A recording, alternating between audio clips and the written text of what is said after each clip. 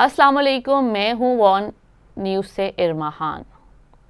जुल्म पर जुल्म बढ़ता है तो मिट जाता है, खून पर खून टपकेगा तो जम जाएगा। जी हाँ, मैं फ़लस्तीन की बात कर रही हूँ।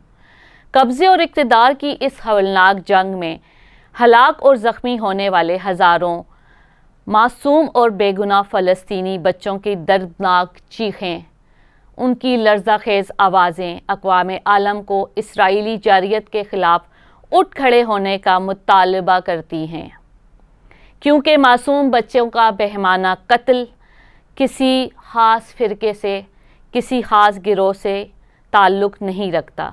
ये पूरी इंसानियत का कत्ल है। लोग हैरानी से पूछते हैं, वाक़या करबला के वक्त 3 बर्र-ए-आज़मों में इस्लाम फैला हुआ था, इतने मुसलमान के होते हुए रसूल अकरम सल्लल्लाहु अलैहि वसल्लम की आल को कैसे शहीद किया गया। इन लोगों ने आज गज़ा के हालात और पूरी दुनिया के फैले मुसलमानों की मुजरिमाना खामोशी पर गौर करना चाहिए। आज गज़ा के हालात पूरी उम्मत मुस्लिमा के सामने हैं। गज़ा के हालात पूरी दुनिया के सामने फैले हुए हैं। मुसलमानों की खामोशी पर गौर करना चाहिए। हिटलर ने कहा था, तारीख़ गवाही देगी और मुझे बुरा कहेगी, जालिम कहेगी।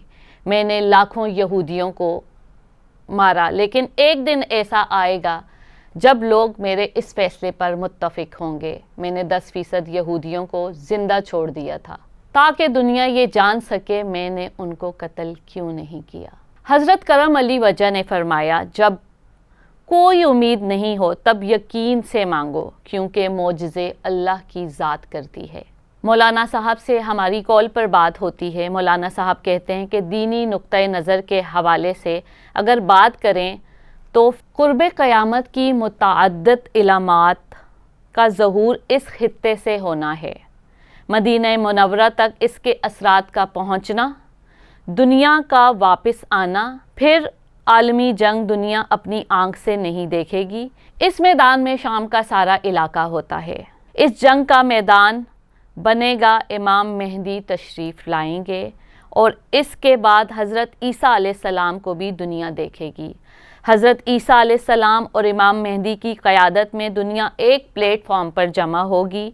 इस खित्ते से मुताल्लिक़ कुरान मजीद में आया हुआ है, इसे अरसा मुक़द्दसा कहा गया है।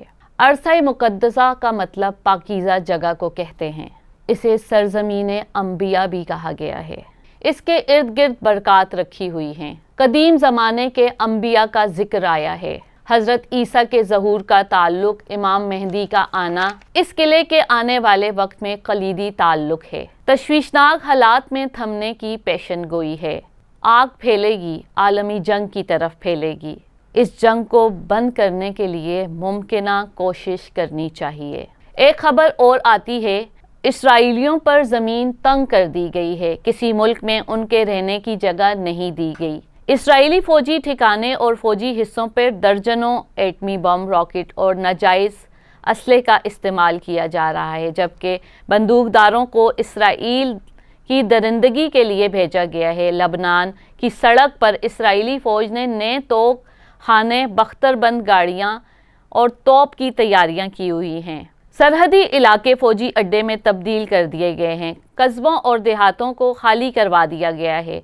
इसराइली फ़ौज की खुफिया फ़ौजी ठिकाने पर बमबारी हो रही है। इसराइल किसी भी सूरत में नहीं मान रहा। इसराइल दुनिया के सामने आ गया है और अमेरिका को फ़ैसला करना होगा।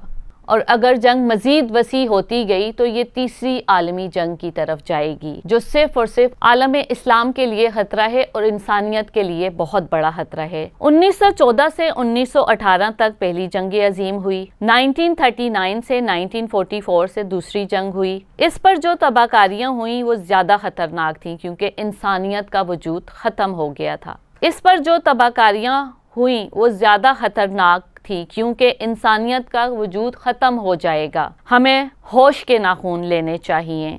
तमाम आलम इस्लाम को मिलकर फ़ैसला करना होगा।